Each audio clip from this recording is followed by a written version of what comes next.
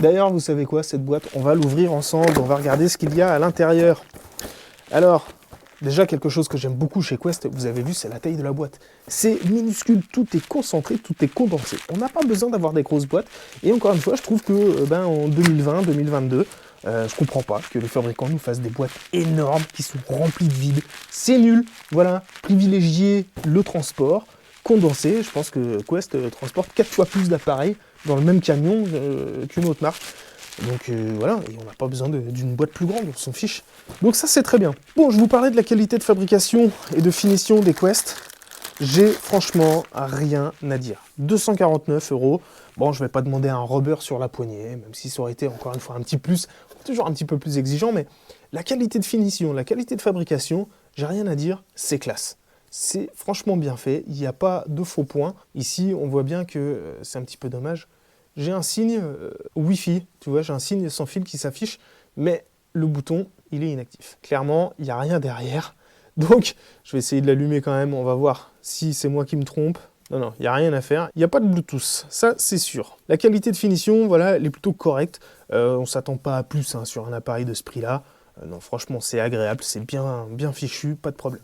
Bon, là, ça bouge un peu, ça va se resserrer, évidemment, les vis ne sont pas serrées à l'usine. Pourquoi? Parce qu'il faut que je puisse démonter la poignée pour l'installer sur la canne, évidemment. Donc une fois que c'est serré, plus rien ne bouge. Bon, la qualité de finition, voilà, plutôt sympa. On sait que l'inclinaison de la poignée, elle sera bonne et confortable. C'est tout ce qu'on lui demande. Voilà, bon, ça c'est pas foufou.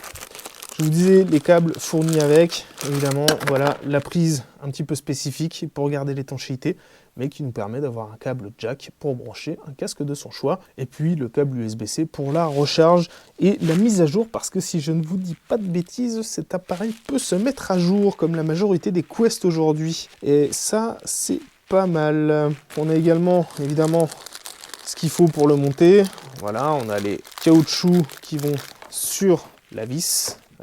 Vis en plastique, évidemment, on ne peut pas mettre une vis en ferraille, ce serait débile. La vis en plastique, ça c'est un truc, je vous conseille d'en avoir une de rechange, toujours avec vous. Lorsque vous achetez l'appareil, demandez au revendeur qui vous file une vis supplémentaire. Ça devrait être fourni par le fabricant, c'est ce que fait XP par exemple, et ça devrait être fourni par le fabricant parce que c'est quelque chose que vous risquez de casser, notamment sur les temps froids. Donc, prévoyez. On a également un repose-bras qui est très bien foutu chez Quest, je vous disais, c'est multimorphologie. Ça va convenir aussi bien au bras d'un enfant qu'au bras d'un adulte. Et quelque chose de vraiment intéressant, c'est que c'est un plastique relativement souple. Alors, si vous marchez dessus, vous allez le péter, bien évidemment.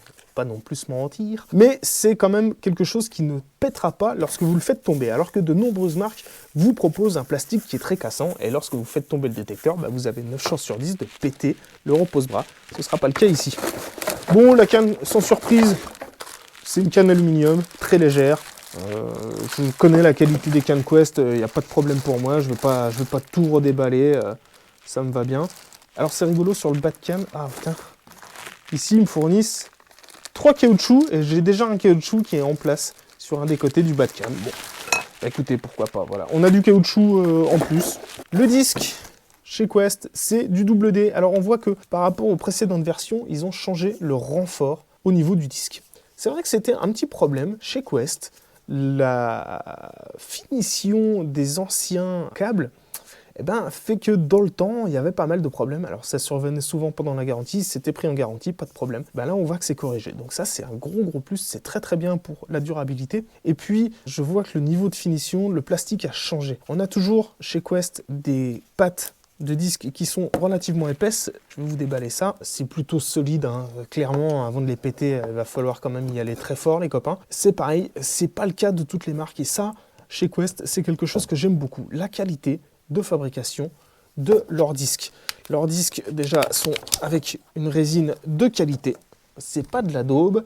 Et puis, le plastique, c'est un plastique fibré. On n'est pas sur du plastique classique, encore une fois, comme la plupart des marques qui nous font des trucs très fins, très cassants. Alors, je vous dis pas que ça cassera pas. Si vous mettez des chocs dans les cailloux, évidemment, ça va péter. Mais on a un protège-disque, encore une fois, à l'image de chez XP, qui est plutôt souple.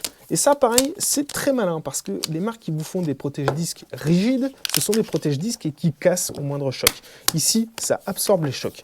Donc, évidemment, il prend des gros jetons, vous les abîmez assez rapidement, mais vous les abîmerez toujours moins vite que les protège-disques très rigides, et surtout, ça protège mieux le disque. Pas besoin, là non plus, que le protège-disque englobe la totalité de la hauteur du disque, c'est un petit peu ridicule. Voilà, on gagne du poids. Bon, j'aurais préféré quand même que sur un appareil d'initiation, le disque soit un petit peu plus grand.